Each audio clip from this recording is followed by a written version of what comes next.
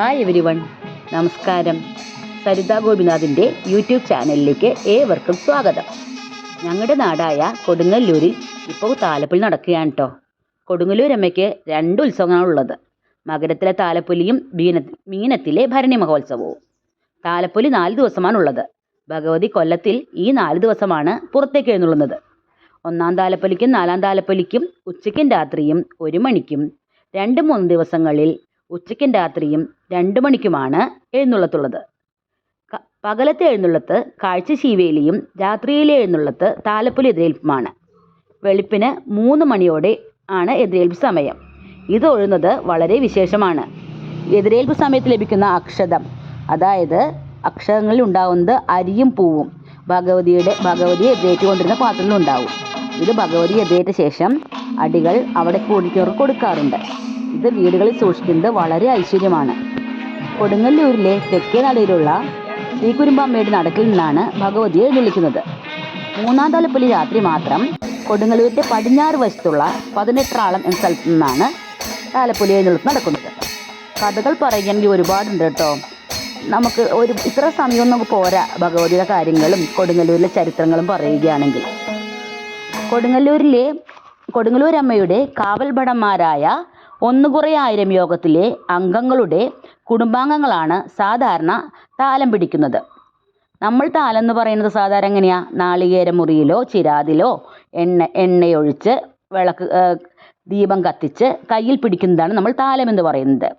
എന്നാൽ കൊടുങ്ങല്ലൂരമ്മയുടെ താലത്തിലുണ്ടാവുക അരിയും പൂവും പൈസയും ഒരു പാത്രത്തിൽ നിറയ്ക്കുകയാണ് ചെയ്യുക.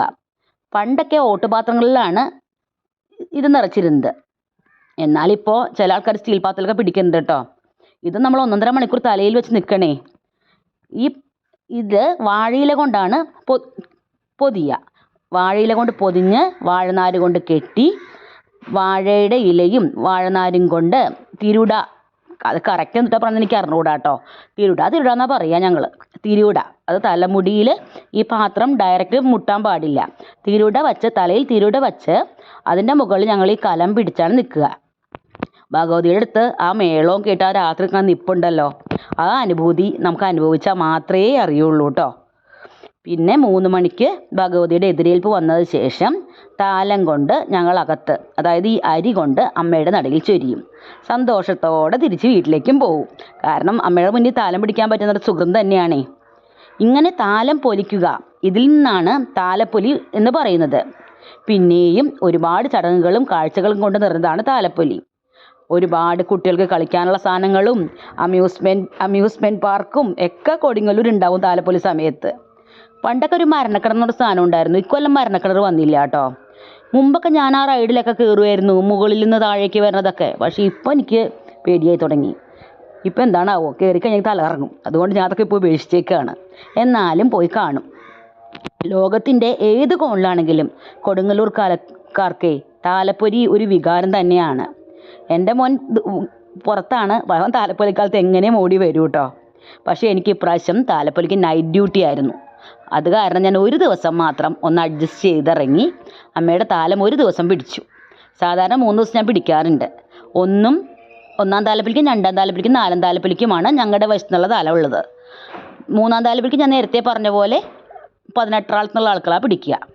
ഇനി അടുത്ത കൊല്ലം വരെയുള്ള കാത്തിരിപ്പ്. 4 ദിവസം ഉറങ്ങാത്ത രാത്രികൾ കൊടുങ്ങല്ലൂർക്കാർക്ക്. ഓക്കേ, പിന്നെ ഈ ചാനൽ സബ്സ്ക്രൈബ് ചെയ്യാത്തവർ ഒന്ന് സബ്സ്ക്രൈബ് ചെയ്തിട്ട് കാണണേ. Okay, thank you.